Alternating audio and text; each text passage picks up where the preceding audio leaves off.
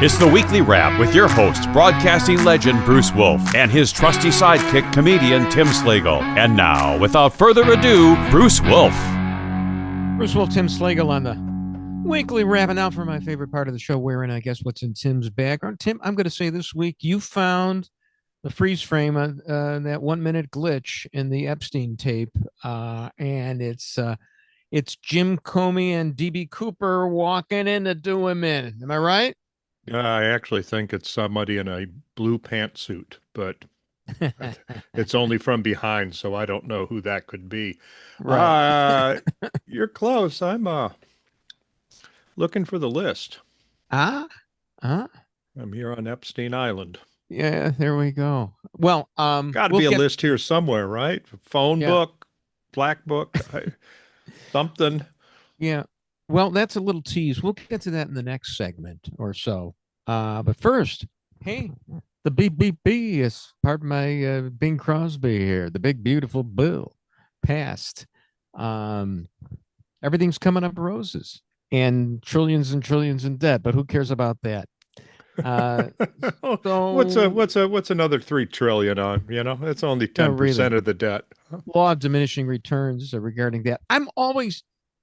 I don't know, for some reason I'm sanguine about that. I just think that at some point, we're going to have chips implanted in us. Ozempic is going to make everybody thin. There's a value to that they haven't built in to the future. You know what I'm saying? I have no idea. I'm just saying, no idea how Ozempic and microchips connect to the big, beautiful bill. We're worried about the grandchildren. What's going to happen? First of all, the grandchildren aren't so great. Okay. I mean, mine are fantastic. There's this comedian. I don't know who he is, what his name is. He's got long hair. Looks like a hippie. Looks like he's going to be one of, the guys rioting to get Mondani elected in New York, but he's not. He's actually sounds pretty conservative. And he was saying, the grandparents of the future are going to be awful because your current grandmother can show you a picture of here's your great grandmother with Charles Lindbergh. Okay, it's a great picture. What are the grandparents of the future going to be doing? They're going to be saying, well, here's a picture of your grandmother buying a pair of shoes. Oh, she didn't buy that pair. Here's a picture of her eating what she's eating for breakfast. I mean, the ubiquitousness of photos now and has trivialized the whole thing. So I actually think with all the photos and videos and everything online, that AI is going to be able to fill in all the gaps, and that you'll actually be able to put on a virtual reality headset and go walk back into the past. Right. Now, you didn't understand me about the future, but I understood you about the past, which is the future. Well, it is pretty clear. No, you took a couple steps there. You took we went from deficit to microchips and Ozempic. I'm just saying there's a value to that they can't really fix. And they're thinking of everything in static terms. And maybe I'm being Pollyannish. I don't see why we should be concerned about our grandchildren. Were our grandparents concerned when they passed Social Security? This is a Ponzi scheme. Yeah. Well, actually, the grandparents who did that, I mean, they didn't live. they collected a couple of months of Social Security, and then they never paid in either, though. So I mean, they still collected more than they paid in. Yeah. I mean, the people who are ripping off Social Security are people like me. Yeah. Although you think our generation was cruel to the elderly? Oh, good Lord. Wait till just wait till the power of attorney is in the hands of our grandchildren. And it's like you realize that both you and your wife are working just to support his Social Security check, right there, Dylan. Well, I think, a lot of young people are going to come around to the Emmanuel's belief that 75 is a good age. That's it. After that, and Yeah, and I think Emmanuel, being a little harsh to him, and I forget which Emmanuel it is. It wasn't Rom, but and it wasn't the agent, so it's the third Emmanuel, Curly. But he was the one he was the one who said, no extraordinary measures should be used at age 75, which it seems a little harsh since I'm getting kind of close there, but let's not overstate the case against him. Anyway, so Trump, the tax cuts are permanent. They had to be permanent, otherwise, that would have been a big loss. Well, they're as permanent as the next Congress. Well, we'll see about that. They don't expire automatically. That's right. That's permanent. I don't know. Yeah. Okay. Well, it's as permanent as we can expect in this veil of tears right now. Permanent up to President Zohan. Then right. After that, All who right. knows? Let's move ahead to the immediate, somewhat immediate future. Next year, the 250th anniversary of the U.S. of A. I hate thinking about that. Why is that? Because I graduated in the bicentennial year. And now here we are. College? Now, no, high school. Well, I'm a kid. I'm a kid, Bruce. You are a youngster because I graduated college the year before that. But the bicentennial was Oh, come fun. on. Where? Oh, I thought you were trying to guess the year. Right. Wait a minute.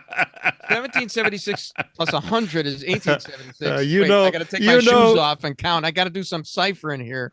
You know the thing. Yeah, 200. 200 was in 1970. The thing is that as you get older, and you're getting up there too, I mean, the years start collapsing anyway. So 1976 to me seems not that long ago. But in March, it's like, oh my gosh, it's their nation's 200th birthday. This only happens once in a many years, and now it's our nation's 250th birthday. Well, in light of that, I've already begun celebrating and studying, because my wife and I it was actually at the recommendation of Charles Murray. He's the guy who wrote that the racist tome. Well, that's what they said he'd done. I'm a Murray fan, about IQ and races and stuff like that. I forgot the names he'd written several things, but he had recommended the John Adams HBO series, which I know Tom Hanks is an executive producer of. So I was expecting some woke thing on John Adams, but mainly, I mean, it's a 7-part series, and I think kids should have to see that. Yeah. Because just to see what daily life was like.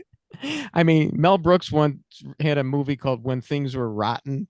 I mean, just you think of they're in the White House, all those old presidents and everything. They had to trudge through mud to get into the White House. And it was just it was a hard scrabble existence for everybody. I mean, and you could see, they show Thomas Jefferson with Sally Hemings, of course, but it wasn't all that much better for the people who weren't slaves. We have no idea. And that to me, and these guys are thinking of lofty ideas. They're trying to come up with, all right, plagiarize a little from John Locke. I get it. But they're coming up with these principles of freedom, setting the stage for a republic. And meantime, they don't even have Thomas Crapper, I think, invented the toilet when 1850 or something. That's mythology. That's not true. It was it wasn't Thomas Crapper. No, it's not true. And Titslinger did not invent the bra either. Those are both those are both little jokes that people take for fact. Are you telling me that I fell for a fake history? Yes, sir. Yes, sir. Like the Romans. I'm as bad as Tucker Carlson falling for the fake histories of World War II. The Romans had a version of flush toilets. So, I mean, it was kind of like an outhouse, but then when it fell, it's like the aqueduct was diverted over it so that where it fell would rinse into the Street. Right, see, I don't have time to Google right now, but I thought there really was a Thomas Crapper. That's okay. You're That's okay. saying he's mythological? I'm going to stop this show in its tracks right now and Google Thomas Crapper. I actually enjoyed the John Adams HBO special. I saw it when it first came out. Yeah, really. Oh yeah, so yeah. Really why don't you enlighten us with your view? Better than Hamilton, I have to say. Well, it was interesting because Thomas Crapper, English plumber and businessman. He founded the Thomas Crapper and Company. Now, can I believe Google? Oh, here it is in Wikipedia. No, that's Wikipedia. It's his notability with regard to toilets has often been overstated. Mostly due to the publication in 1969 of a tongue-in-cheek biography by satirist Wallace Rayburn. Maybe I should just fall for some Onion headlines right now too. Okay. And here's another little note that they named the Rayburn office building after that guy.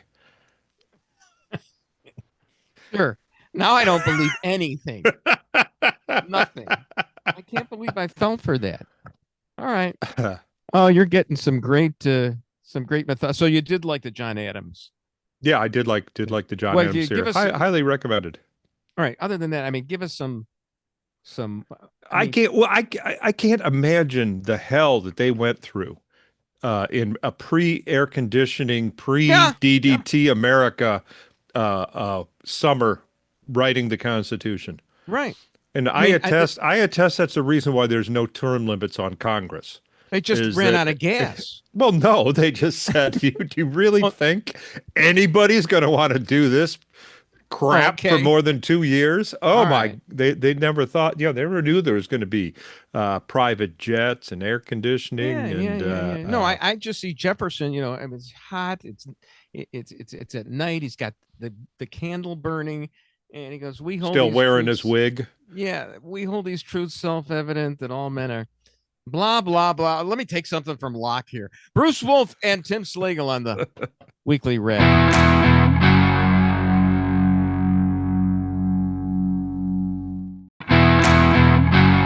Bruce Wolf, Tim Slagle on the Weekly Rep. I'm so tempted to go, Mom Donnie. Whoa. So New York's going to elect a commie. It's I think the Baltimore Sun editorialized against Donnie, which I don't think they have jurisdiction, but it does. So did the Chicago Tribune. Yeah. Well, okay. They said, don't make the mistake we did. Right, okay.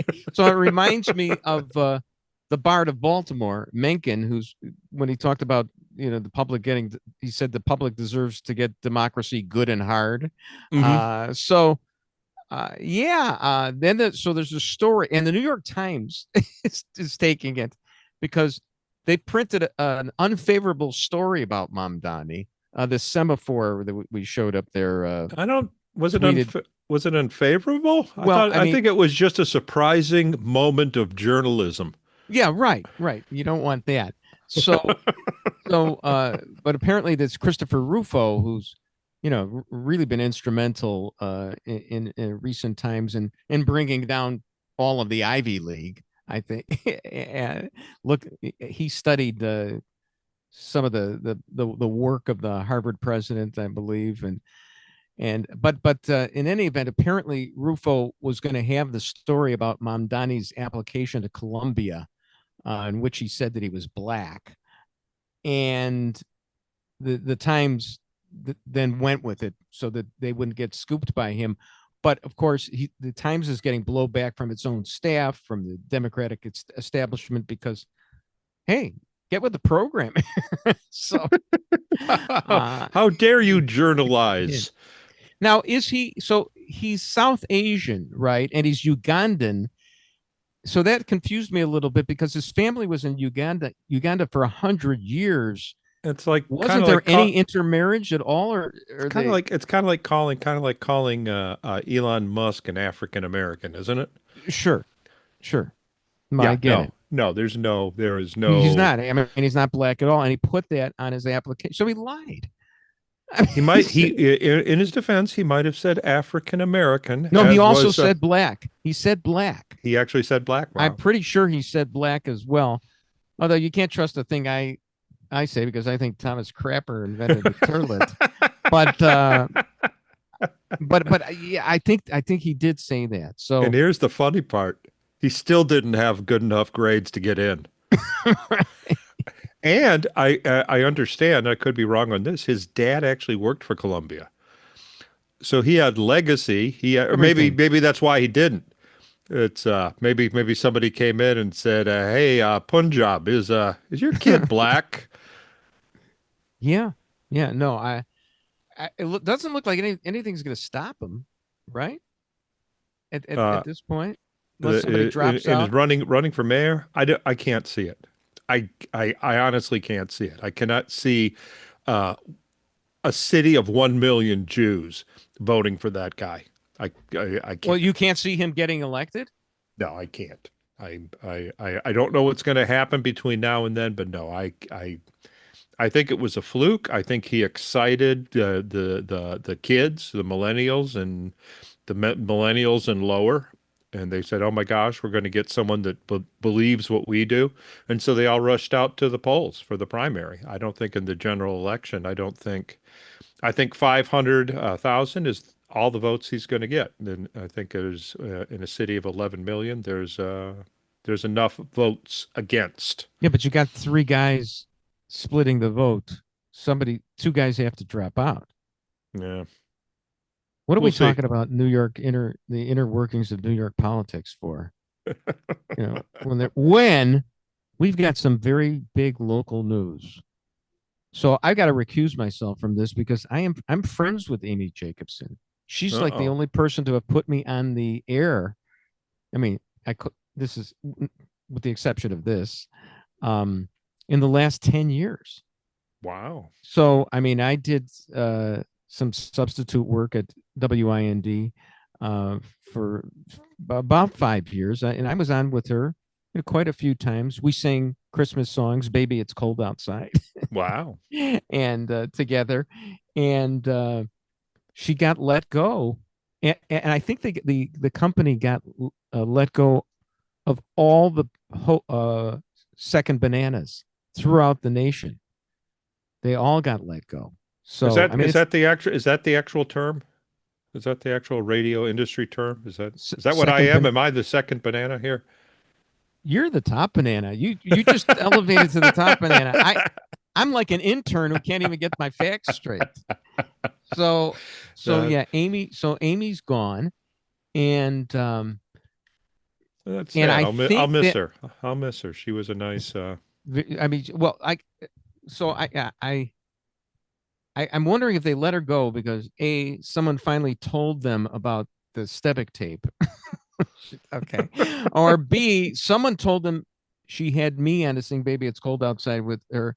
Meanwhile, do you know that she broke the G.I. Joe story, the local one? Do you remember this guy, Lieutenant Glinowitz? I do not. The guy, and there were helicopters. There's a manhunt. He was missing. He was up in the northwest suburbs, like I want to say Lake Villa or Fox Lake, I think. And he was considered this beloved cop. And it turned out that he bamboozled the public and scared everyone. But it turned out that he just offed himself. I mean, people were terrorized. Oh, okay. I remember now. But I remember now.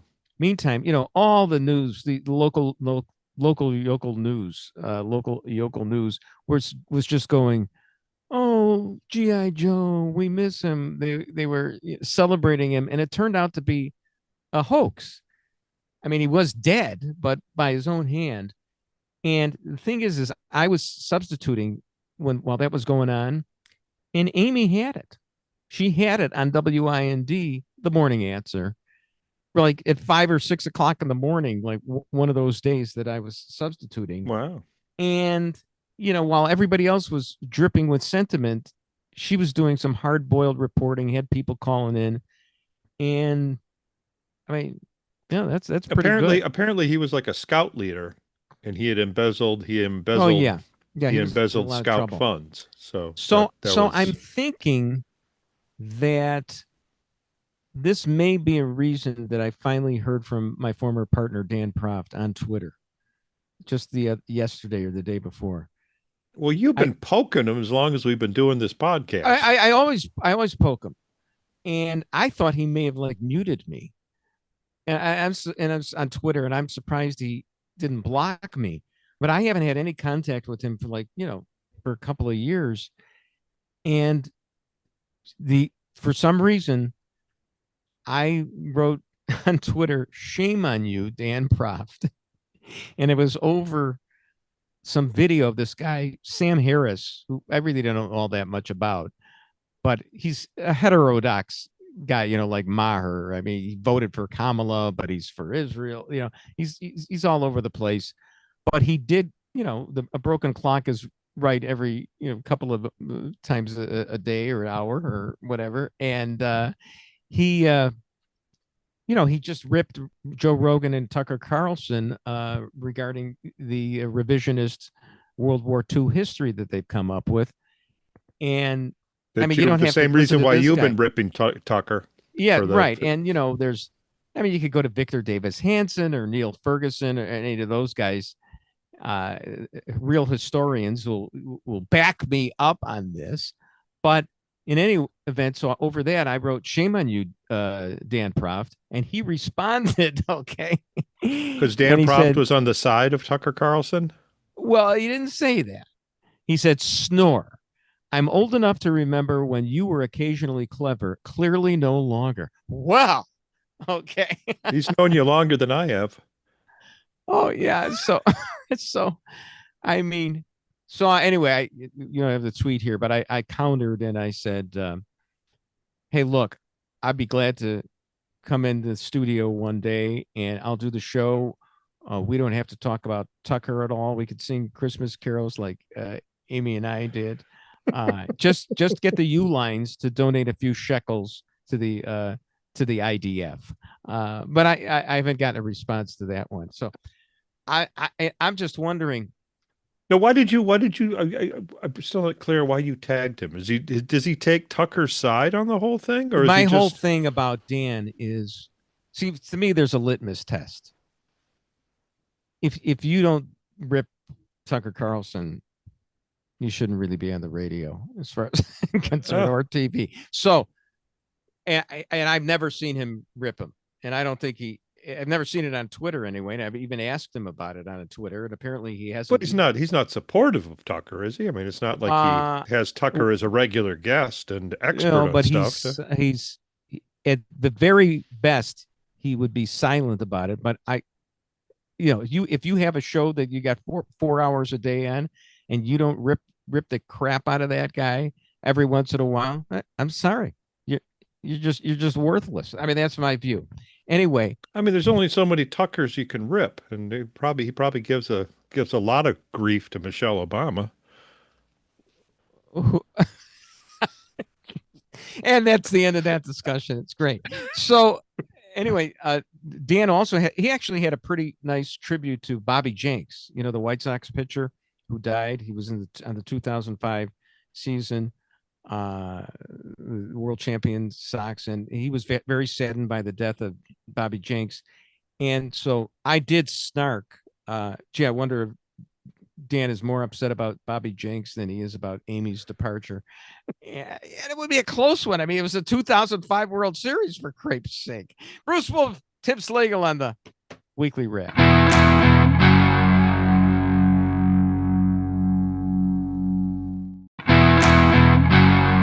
Bruce Wolf, Tim Slagle on the Weekly Wrap. And I got to tell you, I'm not getting over, not shaking off the fact that I thought Thomas Crapper invented the toilet. I mean, the next thing you're going to tell me is that there really was no Fred Smegma. And I just, anyway, let's move on here. So you saw the CBS settlement with, basically being strong-armed like ABC was by Trump. It's lawfare at its best. Strong-armed lawfare? Yeah, right. What sauce for the Biden administration is sauce for the Trump administration. So anyway, this Mediaite tweet says a sellout to extortion. Dan Rather buries Paramount, CBS's parent company, for settling Trump's 60 Minutes lawsuit. And I was thinking, Dan Rather's actually right about this because, an element of fraud. I mean, essentially, I think this was filed under the Deceptive Trade Practices Act that Trump had this, that CBS had edited this interview with Kamala Harris to make her look good, kind of like the Undertaker in the Godfather, making Sonny Corleone Sure. look good for his mother. And so they made her look good. So it was kind of, they were really committing a fraud on the public. I think that was the basis of it. But here's the thing, an element of fraud is that you actually have to be deceived by the fraudster. And the public has been on notice. Well, since Dan Rather, speaking of the devil, that CBS is full of it. So I don't see the case. But and also, well, I don't think the general public is. I mean, I think that a lot of the general public still believe that memo that Dan Rather was fired over was real. oh well, so that's another story. Some people still think that CBS is as trustworthy, has always been trustworthy, and just it's those other places like Fox News that lie. CBS is there are to some the truth. holdouts, but they're fewer and fewer. What I like about this is that, I mean, the upshot is that they shouldn't have edited the tape. And you've got Susie Wiles, Pat Summerall's daughter, is the chief of staff. I'm thinking she's saying, like her father might have, 60 Minutes should be seen in its entirety. Oh, yeah. Murder, I wrote. All right, let's move on to Bongino. We teased him a little bit earlier. I need to recuse myself from this because, as you know, and I've mentioned this before, that Bongino sicked his posse on me when I said that he was a Trump suck-up. This is, a couple of years ago. Sure. He sicked his Twitter posse on me. And I give you Exhibit A. I mean, he looks like a total Trump suck-up now, right? They basically said, there's no there, pardon my Gertrude Stein, regarding the Epstein files, whereas Bongino was all over the Epstein files when he was a podcaster. Sure. Your views, sir? Well, I what they're saying is there is no list, and I do not doubt that is accurate. I am sure that that list now looks like Kellogg's shredded wheat. Okay, all right. At this point, by the way, that's Nabisco shredded wheat. Kellogg, I'll have you know, is being purchased by Nutella. This just came out, and if there's something they could add to my sugar frosted flakes, it would be some nice chocolate Nutella. Really? And RFK Jr. would immediately ban it all. But okay, get back to. Do you like that Nutella? You don't like Nutella? It always kind of reminded me of changing a diaper. Well, that's part of the attraction. Okay. I guess for some people. Did you ever have a Vegemite sandwich while we're on gross? By the way, I believe that was some of the attraction for Epstein's clients as well. Okay. Sorry, I got to step on the jokes this time. Huh? No, it just came to me. I didn't step on it. Just watch your step there. Is number one, number two. We pretty much all know. We pretty much all know that they're covering. There's a cover up, and I think it's because it's a CIA compromise operation. That's what Epstein was doing. He was collecting compromise on prominent political figures, and to let anything out gives away the whole shebang, and they do not want to do that. Either that or they're scared. It's like Epstein was in a secured facility. We still got to him, Bongino. Well, I mean, look, Melinda Gates dumped Bill Gates because of Epstein. Sure. I mean, she said it. Sure. And and former Prince what's-his-face can't stay in the palace anymore either. Okay. There's this guy. And in fact, they're trying to evict him from the summer home he's in. Yeah. And there's this guy, Leon Black, this hedge fund guy, who was paid like $158 million for tax advice. I mean, it just seems like a lot of money for Well, tax advice. I mean, it could be a USAID big company, USAID but used to have a lot to spend. okay. Anyway, And I think I actually saw that O'Reilly said that he talked to Trump, and Trump said that there's a lot of innocent people on that list. oh, okay. That the media will, like himself, who flew on Epstein's plane, but with his family, had no idea what else that plane was used for Right. at the time. So yeah, there could be a lot of innocent people on there, and and I could see the media trashing people over it too. Yeah. I mean, I think all those people are as innocent as you know. I believe Jussie Smollett is. Uh, so everybody's got to believe in some conspiracy. That's the one I'm holding to.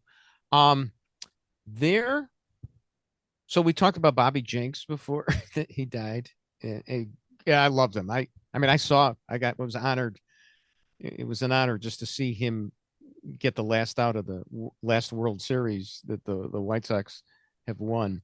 My wife was talking about, and she goes, "Gosh, only 44. That is so Yeah, young." no. And then I And went, you know the "No, thing. no, that's 44 baseball years." Here's the thing: you could see when Bobby Jenks was called in from the bullpen. Ozzie Guillen, the manager, the manager comes out to the mound when he wants to call somebody in from the bullpen. He'll tap his left arm if it's a lefty he wants, right arm if it's the righty he wants. For Jenks, Ozzie would put his hands out in front of his stomach, way in front of his stomach, that he was signaling for the fat guy. and he was. And Jenks was great. He came to the White Sox mid-season, and he was a miracle for them. Yeah, a little picture of Ozzie calling for Bobby Jenks. So anyway, I had just read a bunch of tweets about Bobby Jenks when I came across a tweet from Pope Leo. Okay. And I just immediately saw the word condolences. And I thought, here's the Pope who was at the World Series offering condolences to Bobby Jenks. No, it was about Texas, the floods. So, but I would like to express sincere condolences to all the families who have lost loved ones. But that's how White Sox oriented I am, and Wow, the Pope was. wow. But I thought, oh, here's the Pope weighing in on It's a Bobby good thing Jenks. you actually read that tweet. Yeah, well, little. If I had read like one freaking paragraph of the Wikipedia bio of Thomas Crapper, I'd know a lot too. Anyway, so did you see that you're no longer going to have to wear shoes, take off your shoes when you go through Finally. TSA? Well, finally, I'm thinking, Finally. well, look And at this. I blame myself.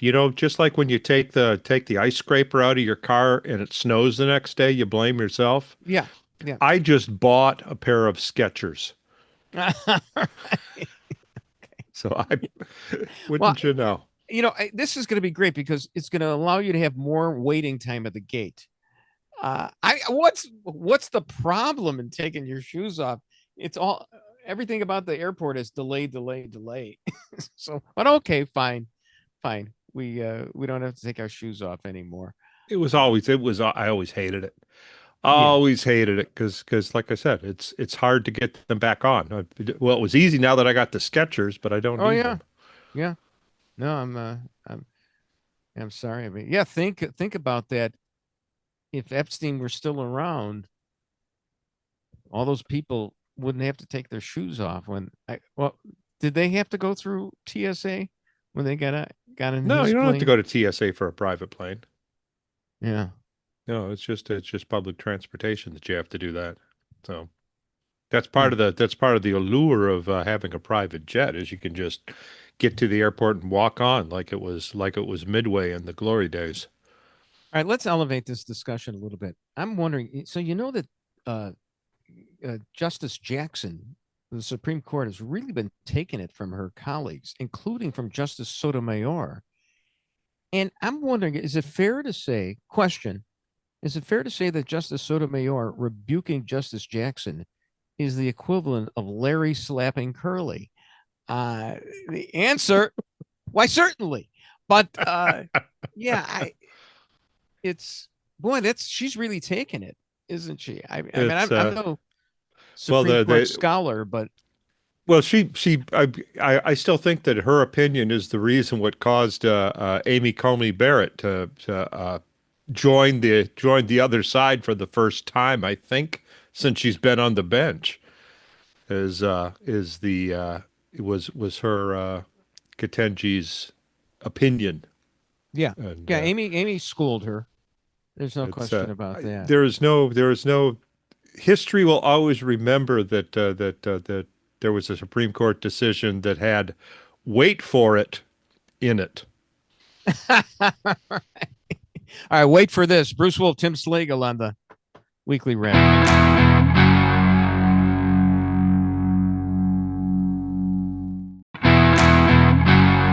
Bruce Wolf, Tim Slagle on the Weekly Wrap. So here's something I'm not excited about. Liam Neeson in a remake of The Naked Gun. Yeah, I you don't see it?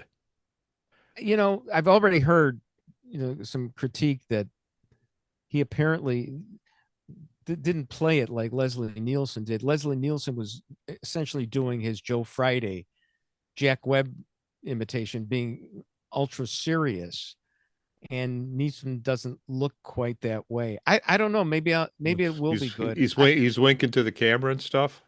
That would be a shame. That would be a shame if he does that, because Yeah, it's I don't know. I have a feeling I'm going to feel like I remember when they said there were going to be these lost episodes of The Honeymooners. I couldn't wait for them to come out.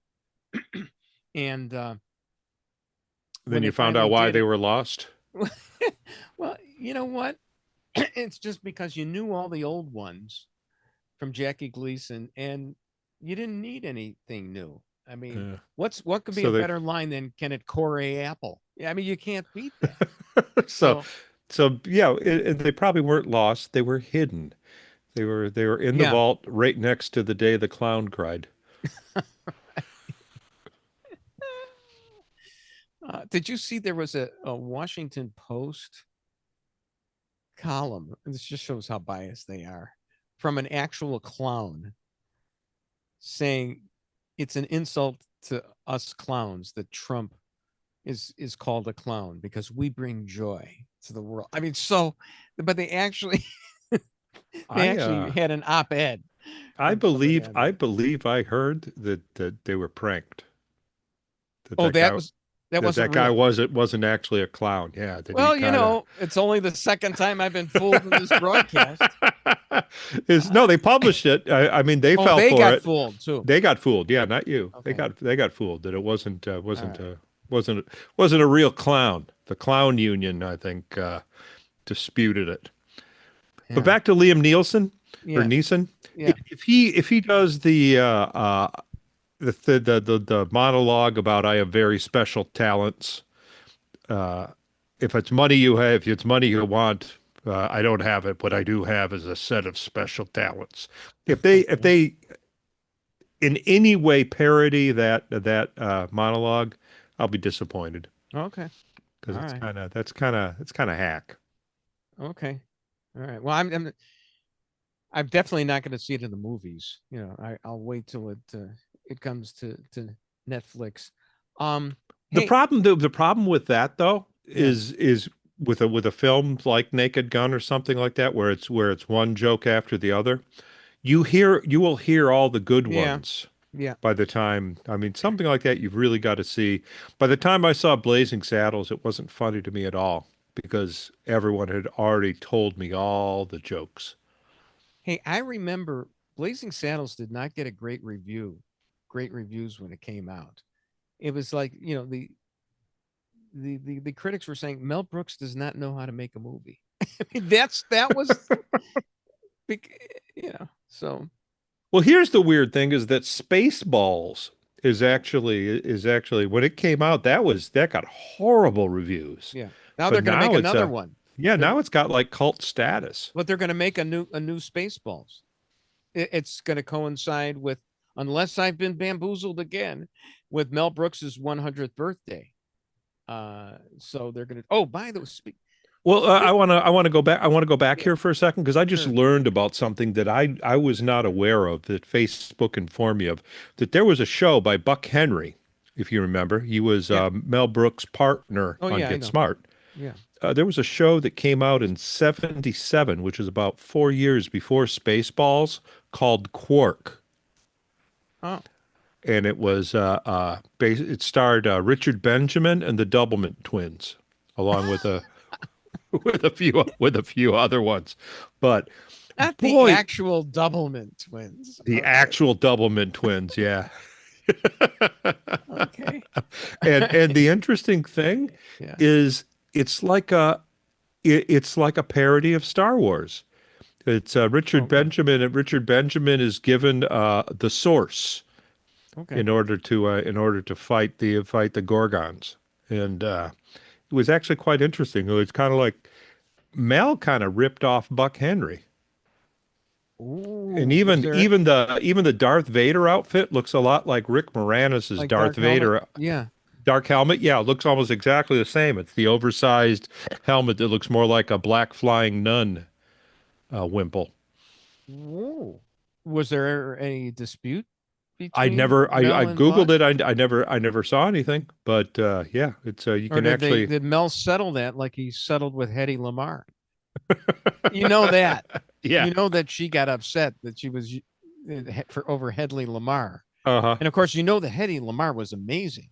And not only was she an actress, she like cracked the German code during World War II.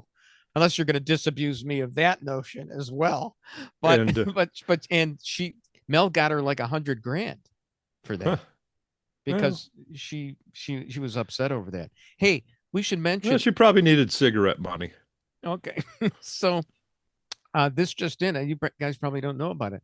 I just saw online when we're recording this that Lee Elia died. You know Lee Elia at all? I do not. Lee Elia is Pig Latin for Lee Elia, I The believe. But rant. anyway, Chris knows who Lee Elia is. Lee Elia was the manager of the Cubs in like 1983, who had one of the most famous rants, post-game rants, in which he blamed he blamed the fans, which are never. That's Yeah. cardinal rule. You don't blame the fans. And he said, and he started screaming about, the unemployed jerks who were at the ballpark, on a weekday. And he yelled out, Wow. and print it. He told the newspaper men, and he had to apologize and everything. And I mean, it's a celebrated rant. At the time, I went on record. I was on the radio at the time. I was the only one who said, he's right. Everybody else was like, oh, it's awful. Bob Verdi in the Tribune. Terrible, terrible, terrible. So he died at the age of 87. And actually, on the 25th anniversary of the Lee Elia rant, I was still at Channel 5. He was making a tour, and he was handing out baseballs with a copy of his rant and doing interviews. And I got to interview him, and he was the sweetest guy in the world. They actually way, printed the rant. They printed the rant on the baseball. No, it was in a package. It was like a set. They give you a recording of the rant. Oh, okay. Recording of the rant. And the rant was procured by the great Les Grobstein.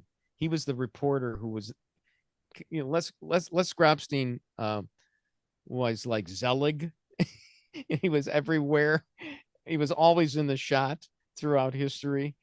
And here's what am I supposed to do? Go out there and let my effing players get destroyed every day and be quiet about for the effing nickel dime people who show up? That MFers don't even work. That's why they're out at the effing game. They should go get an effing job and find out what it's like to go out there and earn an effing living. 85% of the world's work, and the other 15 come out here. I mean, he was totally right.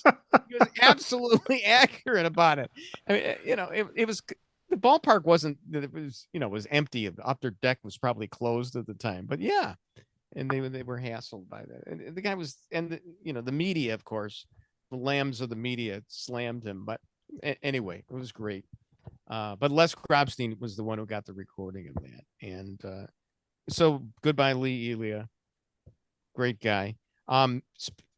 So while we're in the sports mood right here, Jeff Agrest, the Sun-Times sports columnist, was telling everybody who the announcing team was going to be for a particular game.